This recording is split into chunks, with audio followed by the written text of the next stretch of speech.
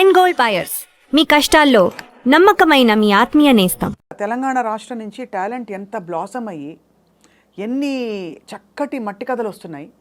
ఎంత అంటే ఎంత మంచి టాలెంట్ ఉంది అసలు. చాలా ఏళ్ళు ఆల్మోస్ట్ బయటికి రాలేదు అనిపిస్తుంది. ఆమె రాంగ్, నేను తప్పుగా మాట్లాడేదా? కరెక్ట్గా చెప్పాను. కరెక్ట్ అండి.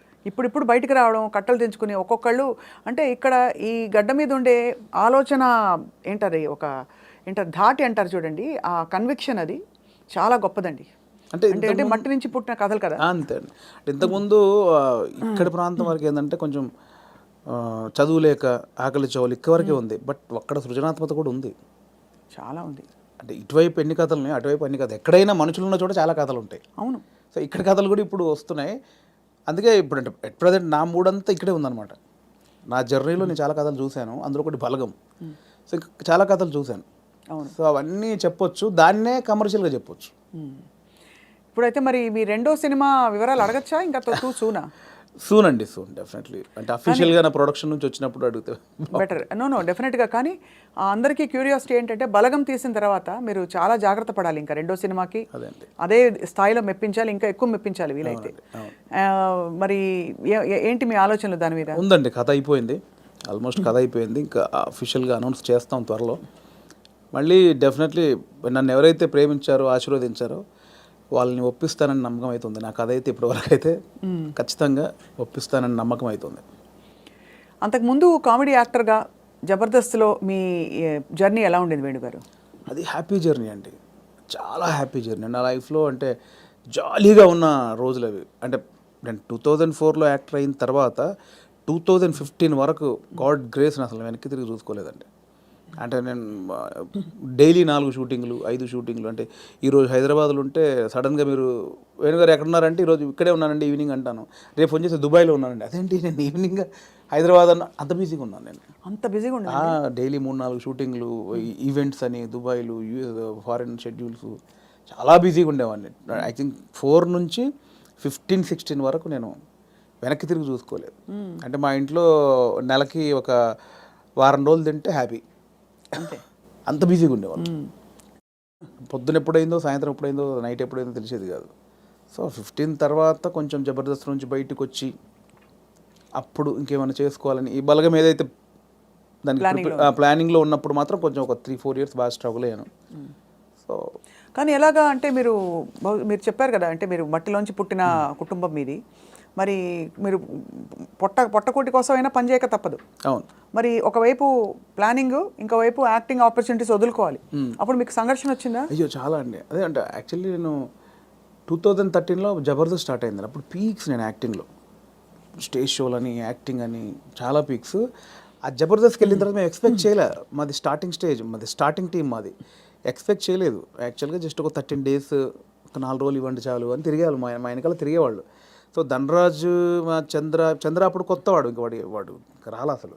ధనరాజు నన్ను పక్కగా పట్టుకున్నారన్నమాట వాళ్ళు. అంటే మేమిద్దరే అంతకుముందు స్కిట్లు చేసాం, స్మోక్ టీవీ అని అవన్నీ చేసాం. సో వీళ్ళని పట్టుకోవాలని చాలా పట్టుకున్నారు. నేను కన్విన్స్ అవ్వాల, ఎందుకంటే సినిమా నేను అప్పట్లో కొంచెం టీవీ అంటే టీవీకి వెళ్తే సినిమాకి రాలేరేమో అనేది ఉంది. ఇప్పుడు లేదు. ఇప్పుడు స్క్రీన్ అనేది ఉన్నది తప్ప big screen, small screen, phone screen లేదు. ఇప్పుడు స్క్రీన్ అంతే. అప్పుడు ఆ వేరియేషన్స్ ఉన్నాయి.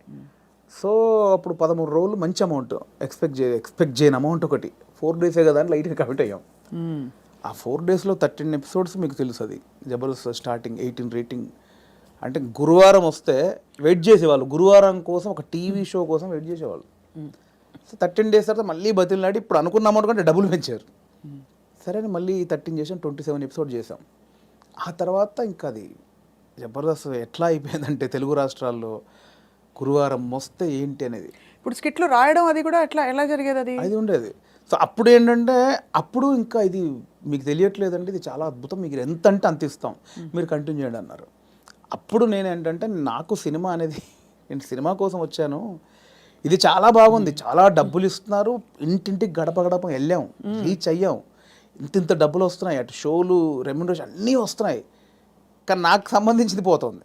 అవును, నేను సినిమా అనుకున్నాను, దీనికోసం రాలేదు, ఇటు పోతే నా సినిమాకు దూరం అయితే దీని నుంచి బయటకు వచ్చానండి. అబ్బా చాలా పెద్ద ఇదండి. మామూలుగా సెటిల్ అయిపోతాం మనం, పైసలు వస్తున్నాయి కదా ఎందుకు భయ నీకు అందుకని బయటికి వెళ్ళాము. బయటికి వెళ్ళాక 1.5 year తర్వాత ఇది రైజ్ అయిపోయింది. అంటే ఇంటర్నెట్ ఫ్రీ అయిపోయి ప్రతి ఒక్కరికి సెల్ ఫోన్ చేతిలోకి వచ్చేసి ఇది వైరల్ అయిపోయింది.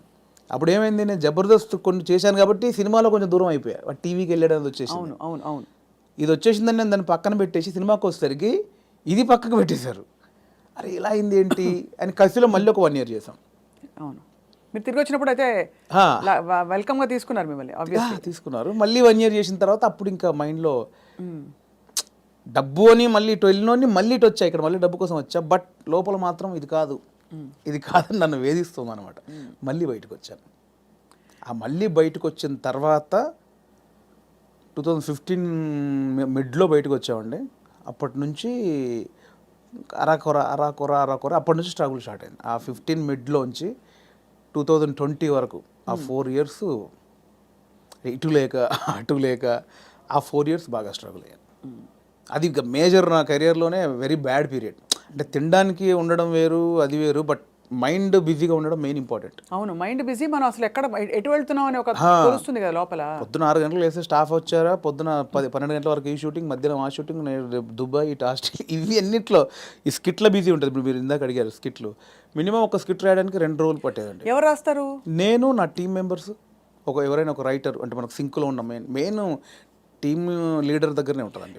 ఇంప్రూవ్ అని ఉంటుందండి యూఎస్లో, అంతా ఉంటుంది. ఇది 100% ఇంప్రూవేషనే స్క్రిప్ట్ అండి, స్క్రిప్ట్ రైటింగ్ ఏ ఉండదు. సో మీకు దానికి నేపథ్యం, మీరు థియేటర్కి వెళ్ళారా?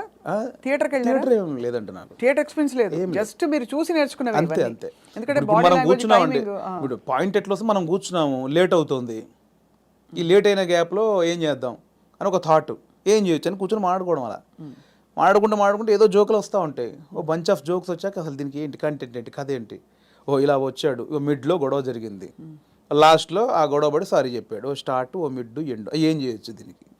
అలా కూర్చి స్కిట్ రాయడమే, అలా టీం అంతా రాయడం, ఆలోచన ఎక్కడ పాయింట్ వస్తుంటుంది. అది టైమింగ్ ఎడిటింగ్లో అసలు, అంటే మా టైంలో అయితే ఎడిటింగ్ సెన్స్ లేకుండానే దింపేసేవాళ్ళం అండి. ఇప్పుడు ఎలా ఉందో నాకు తెలియదు.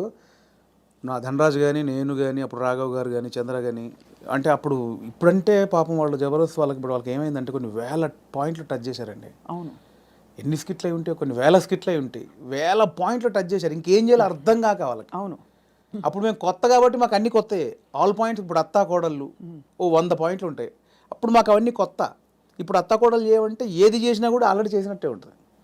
సో అట్లా మాకు చాలా పాయింట్స్ దొరికేవి. ఇప్పుడు చంద్ర మొత్తం ఫ్యామిలీస్ మీదకి వెళ్ళిపోయాడు, నేను అన్నీ కొంచెం టిపికల్గా ఉండాలి, అరే నేను ఈ కొంచెం కొత్తగా ఏదో చేసేవాడిని, ధనరాజు ఇంకో, అట్లా ఎవరి కేటగిరీ వాళ్ళకు ఉండేది.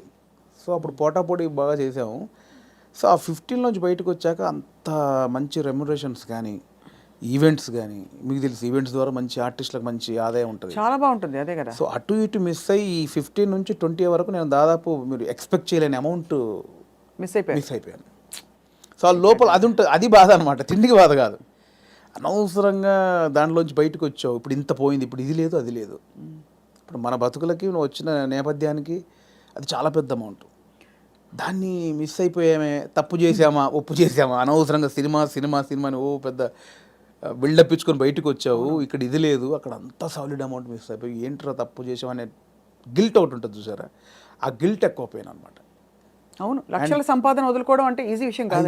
అండ్ ఇప్పుడు పొద్దున్న లేవగానే ఇంకొకటి అండి, ఒక బిజీ పర్సన్ మీరు ఉన్నారు స్వప్న గారు అంటే, మీరు ఇంకా మిమ్మల్ని కట్టేసినా కూడా మీరు ఆగలేరు, ఎందుకంటే మనకి అంత ఉంది, అంత పని చేసేవాళ్ళు పొద్దున్న లేవగానే మనం ఏం పని లేదంటే ఎలా ఉంటుంది.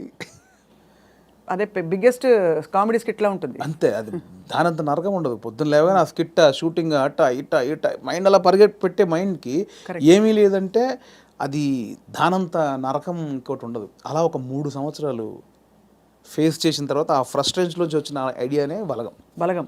అంటే ఇన్ని రాసాము, నేను చాలా సినిమాలకు, అంటే చాలా సినిమాలు కాదండి, నా ఫ్రెండ్స్ డైరెక్ట్ చేస్తా ఉంటే వాళ్ళకు నేను సబ్జెక్ట్లో కూర్చునేవాడిని, కామెడీ ట్రాక్స్ రాసి ఇచ్చేవాడిని. అండ్ సినిమాలో మేము కామెడీ సినిమా షూటింగ్ చేస్తూ ఉంటే ఏదైనా మనం ఇంప్రూవ్ చేసిన పంచ్ ఉంటుంది, అది స్క్రీన్లో చూస్తే పేలింది అంటే నాకు ఆలోచించే ఉంది. ఇప్పుడు స్కిట్లు నేను ఆల్మోస్ట్ ఒక 100 స్కిట్లు రాసా, వర్కౌట్ అయినా చాలా, అంటే నా ఆలోచన నుంచి పుట్టినాయి కదా. సో నాకు నేను ఎందుకు చేసుకోకూడదు, అంటే ఇప్పుడు ఒక అవకాశం ఒకరు ఇస్తారు, డెఫినెట్లీ అందరు ఇస్తేనే ఇక్కడ దాకా వచ్చాను. బట్ ఇప్పుడు ఇంత మనకు ఒక నాలెడ్జ్ వచ్చిన తర్వాత కూడా వెయిట్ చేయడం ఎందుకు అనేది ఆ 3 సంవత్సరాలు వచ్చిన ఇది. అక్కడ సరే నేనే హీరోగా చేసుకుందాం, నేనే రాసుకుందాం, నాకు ఒక కథ రాసుకుందాం, నన్నే ఇలా ప్రజెంట్ చేసుకుంటే దాన్ని చూసి వేషాలు వస్తాయి మళ్ళీ. అనే దాంట్లో నేనే ఒక పాయింట్ అనుకుందామని స్టార్ట్ చేసిన జర్నీ. ఒక 3-4 పాయింట్లు అనుకొని అవన్నీ రెగ్యులర్గా ఉన్నాయి. ఇలా అయితే నన్ను ఎందుకు చూస్తారు? చాలామంది అలా వస్తున్నారు కదా, నన్ను చూడాలంటే మళ్ళీ నేను కొంచెం బ్యాక్వర్డ్ అయి ఉన్నాను. ఇప్పుడు నన్ను కొత్తగా చూడాలి, కంప్లీట్ ఆపోజిట్గా చూడాలి. అది ఏం చేయొచ్చు? చాలా సాహసోపేతమైన జర్నీ అది. అలా ఏం చేయొచ్చు అన్న పుట్టినప్పుడు థాటే ఒక చావులో ఎలా ఉంటుంది అంటే, నేను మా నాన్న జరిగిపోయినప్పుడు ఉన్న సిచ్యువేషన్స్ అన్నీ ఫనీగా చూసాను. ముందు ఎమోషన్ కాదు, అది ముందు ఫనీగా చూశాను. అంటే ఇప్పుడు తెలంగాణలో ఏంటంటే చేదునూరు అని ఉంటుంది. అంటే చుట్టం చూపు వాడు వచ్చినప్పుడు వాళ్ళని ఓదార్చిన తర్వాత చేదునూరు అనేది ఉంటుంది. అంటే ఇంత మందు తీసుకొచ్చి, ఇంత చికెన్ మటన్ తీసుకొచ్చి, నా వంతుగా నీకు ఒక భరోసా ఇచ్చి, నీ బాధని తొలగించి ఈ వచ్చిన వాళ్ళు ఇస్తారు.